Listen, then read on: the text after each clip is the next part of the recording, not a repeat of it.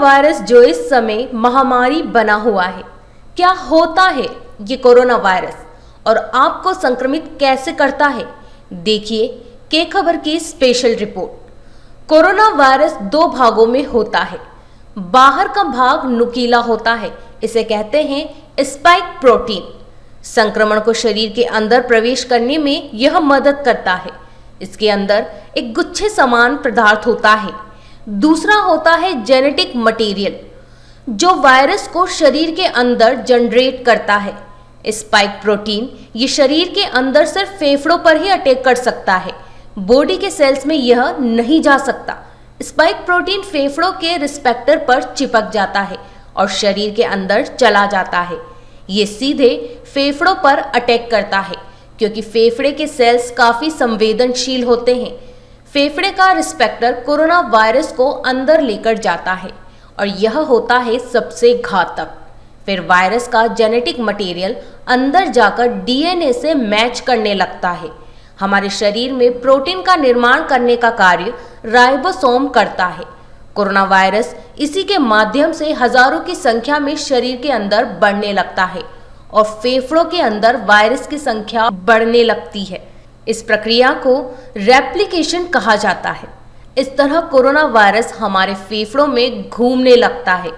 इससे हमारा immune system fight करने लग जाता है कि ये कौन सा नया मेंबर शरीर के अंदर आ गया है जो शरीर को नुकसान पहुंचा रहा है।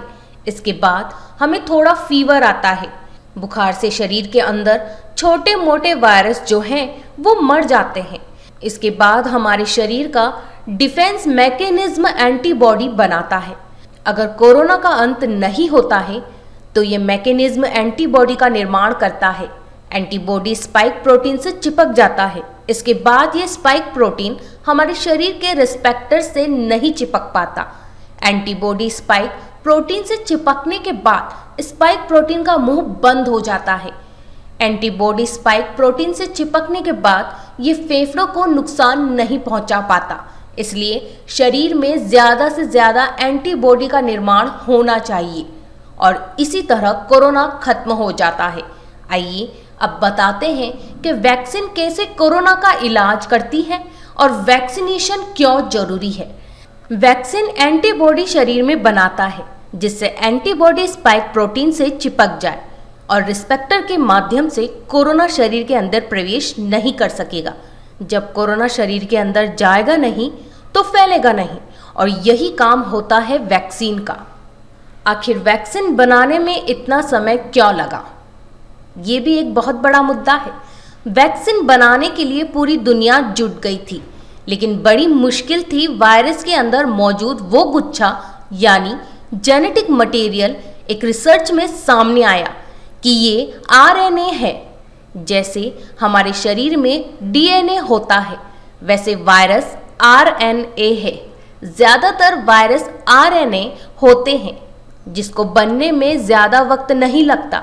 इसलिए यह वायरस जल्दी जल्दी बनने लगते हैं और शरीर पर अटैक करने लगते हैं। वैज्ञानिकों ने इसकी तोड़ निकाली और आरएनए वैक्सीन निकाली। आसान शब्दों में आपको बता दें कि कोरोना आरएनए जैसा ही कोरोना वैक्सीन आरएनए बनाया। इसे हमारे शरीर के अंदर कोरोना वैक्सीन के तौर पर इंजेक्ट किया जाता है। जैसे ही वैक्सीन लगी, एक तरह लैब में बनाया बिल्कुल कोरोना वायरस जैसा ही हमारे शरीर के अंदर पहुंच गया और पहुंचते ही एंटीबॉडी बनाने का काम शुरू किया।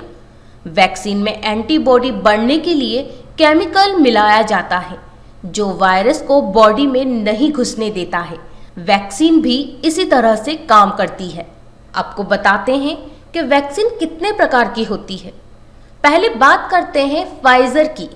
इसको अमेरिका ने बनाया है। इसको -70 डिग्री में रखना होता है, जो अपने देश में संभव नहीं है। अब बात करते हैं नोवा वैक्सीन की, जो गरीब देशों के लिए बनाई गई है। वो नोवा वैक्सीन, इसको बनाने के लिए भारत ने भी अपना योगदान दिया है। आगे बात करते हैं ऑक्सफोर्ड यूनिवर्सिटी और एस्ट्राजेनेका ने मिलकर बनाई है, जिसको भारत में नाम दिया गया है कोविशील्ड। ये वैक्सीन भारत में नहीं बनी है, लेकिन इसका प्रोडक्शन भारत में हो रहा है। ये सारी वैक्सीन आरएनए हैं और सारी वैक्सीन इसी तरह काम करती है। लेकिन भारत की वैक्सीन ऐसे काम नहीं करती। भारत की वैक्सीन भारत बायोटेक ने बनाई है और इसका नाम है कोवैक्सीन। इसका कंसेप्ट ही बिल्कुल अलग है।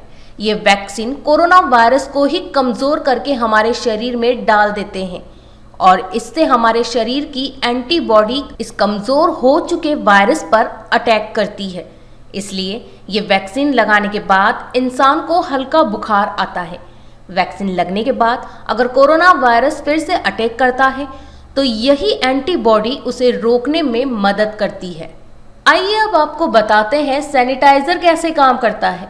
सैनिटाइजर कोरोना वायरस के बाहरी लेयर को ही फाड़ देता है और उसको वहीं का वहीं खत्म कर देता है। आपको बता दें कि ये सारी वैक्सीन आरएनए है, लेकिन भारत की वैक्सीन भारत बायोटेक ने बनाई है। अब सवाल उठता है कि सबसे अच्छी वैक्सीन कौन सी है। आपको बता दें कि सारी वैक्सीन अच्छी हैं। कोई भड़काए और अफवाहें फैलाए तो उसे वहीं रोकिए। ये सारी वैक्सीन कोरोना वायरस से लड़ने में इफेक्टिव है। बस फर्क इतना सा है कि सबको अलग अलग जगह ट्राई किया गया है और सारी वैक्सीन 60 से 90% तक कारगर हैं। अब सवाल यह उठता है कि वैक्सीन लगने के बाद कोरोना हो गया तो उसको आप बता दें कि अगर आपको वैक्सीन का पहला डोज लगकर फिर भी संक्रमित हो गए हों तो घबराने की जरूरत नहीं है। आप घर पर ही आसानी से ठीक हो जाएंगे, मौत नहीं होगी। आपकी वैक्सीन का सबसे बड़ा फायदा ये भी है, वैक्सीन के साइड इफेक्ट 90% लोगों में अभी तक कोई साइड इफेक्ट नहीं हुआ, तो घबराने की कोई जरूरत ही नहीं है। अफवाहों पर ध्यान ना दें। वैक्सीन लगने के बाद हल्का बुखार आ सकता है और ज्यादा कुछ भी नहीं है। बात करें इजराइल की तो वहां बच्चों को छोड़कर सभी को वैक्सीन लगा दी है और 1 मई से भारत में भी बच्चों को छोड़कर सभी को वैक्सीनेशन का कार्य चालू है। तो इससे डरने की आपको कतई जरूरत नहीं है। वैक्सीन लगाइए और इस संक्रमण से सुरक्षित रहिए।